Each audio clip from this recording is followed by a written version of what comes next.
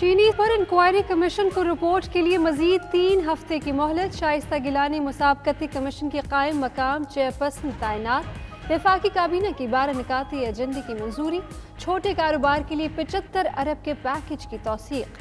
طبی عملے کے لیے پیکج منظور. اشیاء خوردونوش کی برآمد پر 2 ہفتے کے لیے پابندی عائد. کابینہ کمیٹی اور ECC کے فیصلوں کی توثیق.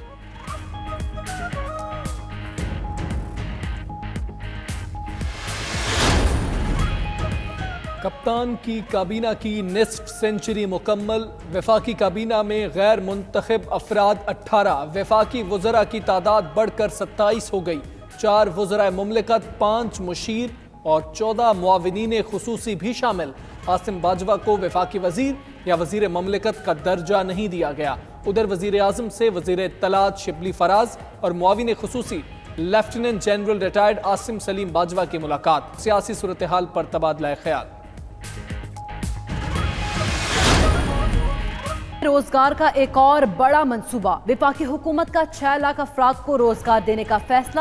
عمران خان نے وزیر اعظم گرین نگہبان پروگرام کی منظوری دے دی. گرین نگہبان منصوبہ بیک وقت 4 صوبوں میں شروع کیا جائے گا. اس سال دسمبر تک 2 لاکھ نوکریاں فراہم کی جائیں گی. جنگلات، نرسریز اور پارکس میں گرین نگہبان کی خدمات لی جائیں گی.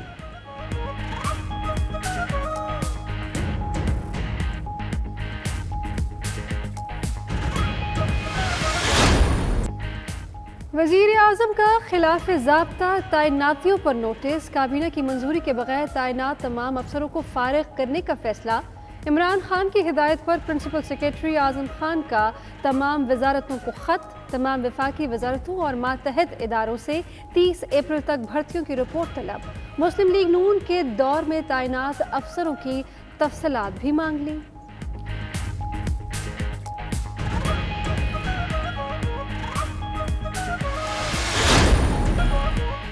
مجالس یا جلوس نکالنے کی اجازت نہیں ہوگی. محکمہ داخلہ سندھ کا وضاحتی اعلامیہ. کہا گیا کہ 21 رمضان المبارک کو یوم علی کے موقع پر بھی جلوس و مجالس کا انعقاد نہیں کیا جائے گا. رمضان میں تمام مذہبی اجتماعات پر پابندی برقرار رہے گی.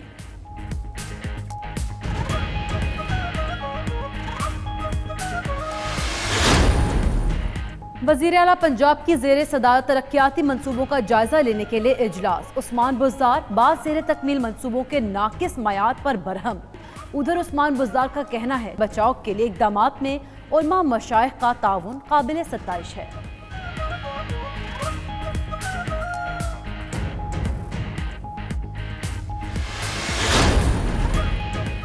رمضان المبارک میں پہنچ سے دور ہو گئے اشیاء ضروریہ کے دام. لیمو 450 سے 500 روپے فی کلو فروخت ہونے لگا.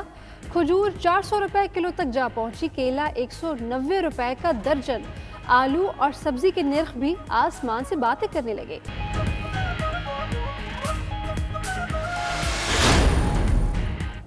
فضل الرحمان کے اپوزیشن رہنماؤں سے رابطے مکمل. آج حاصل بزنجو، ساجد میر، اویس نورانی کو فون کیا. اعلامیہ کے مطابق اپوزیشن رہنماؤں نے کہا 18ویں ترمیم کے خاتمے کی حکومتی سازش کامیاب نہیں ہونے دیں گے. ادھر سراج الحق کا کہنا ہے 18ویں ترمیم پر حکومتی بیان بازی بے وقت کی راگنی ہے. چودھری شجاعت 18ویں ترمیم کے خلاف کھل کر سامنے آ گئے. کہا اکثریت کے بلبوتے پر کی گئی ترمیم کو تمام جماعتیں مسترد کریں. 92 نیوز نے آواز اٹھائی تو بیرون ملک پاکستانیوں کی ہوئی سنوائی. شری لنکا سے بھی 30 سے زائد پاکستانی وطن واپس پہنچ گئے. ذوالفقار بخاری اور معید یوسف کی شاہ محمود قریشی سے ملاقات. پاکستانیوں کی جلد واپسی کے لیے اقدامات پر تبادلہ خیال. ادھر تاخیر کی وجوہات کا بھی پتہ چل گیا.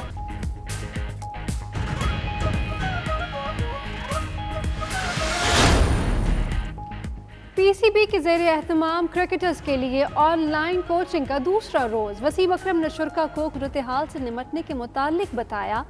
سیشن میں وقار یونس، مصباح الحق، اماد بٹ، وہاب ریاض، عثمان شنواری اور دیگر نے شرکت کی.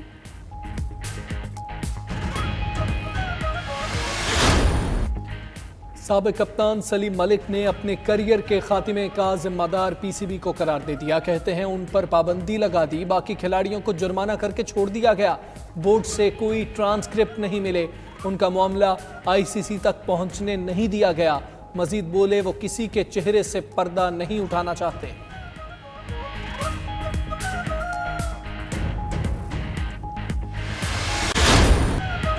اور زندہ قومیں اپنے ہیروز کی قدر کرتی ہیں. تازہ مثال کیپٹن ٹام مورے کی ہے, جنہیں 99 سال 362 دن کی عمر میں برطانوی قوم نے سر آنکھوں پر بٹھا لیا. طبی عملے کے لیے 30 ملین پاؤنڈ جمع کرنے والے ٹام مورے کو 30 اپریل کو 100ویں سالگرہ پر سرکاری سطح پر خراج تحسین پیش کیا جائے گا.